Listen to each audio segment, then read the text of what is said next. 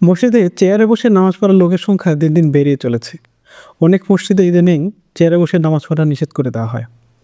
এতে করে যেটা হয়, সেই মানুষগুলো আর মসজিদে এসে নামাজ পড়তে পারে না, কারণ তাদের বেশিরভাগই শরীরের বিভিন্ন স্থানে ব্যথায় কাবু হয়ে থাকে এবং তারা যখন বাসায় বসে নামাজ পড়ে তখনও তারা যন্ত্রণায় নামাজে মনোযোগ দিতে পারে না। আমাদের প্রত্যেকেরই পরিচিত কেউ না কেউ আছেন যারা হাতের ব্যথা, পায়ের ব্যথা, ঘাড়ের ব্যথা বা হাঁটুর ব্যথায় ভুগছেন।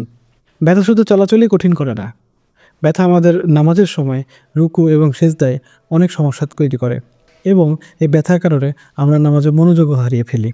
ব্যথা যতই পুরনো হয়, ব্যথার জায়গাটি তত শক্ত হতে থাকে, রক্ত চলাচল বন্ধ হয়ে যেতে থাকে এবং ওই ব্যথাটা তার নিত্যদিনের সঙ্গী হতে থাকে।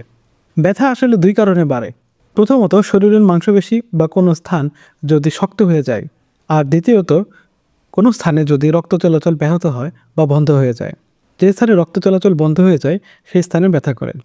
এরকম ব্যথার জায়গাকে নরম করতে হলে আমাদের এমন এক ধরনের তেল প্রয়োজন যা সহজে চামড়ার মধ্যে ঢুকে যায় এবং সেখানে গরম অনুভূতি তৈরি করে। আর এই গরম অনুভূতির ফলে সেই স্থানের মাংসপেশি ধীরে ধীরে নরম হতে শুরু করে এবং রক্ত চলাচল আস্তে আস্তে বাড়তে থাকে, যার ফলে ব্যথা কম অনুভূত হয়। রাতে ঘুমানোর আগে ব্যথার এই তেলটি হাতের মধ্যে নিয়ে একটু গরম করে ব্যথার স্থানে যদি লাগিয়ে ঘুমান, তাহলে সকালে দেখবেন নামাজে দাঁড়াতে আর তেমন একটা কষ্ট হচ্ছে না।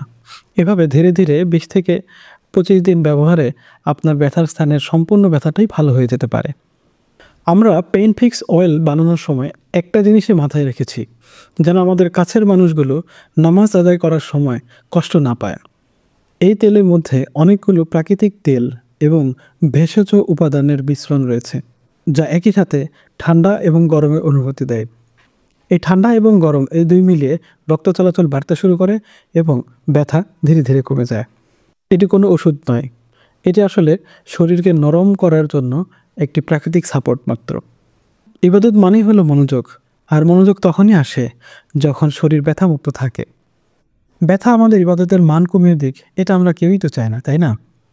শরীরকে একটু সময় দিন, নামাজে দাঁড়াতে আর কষ্ট হবে না ইনশাআল্লাহ।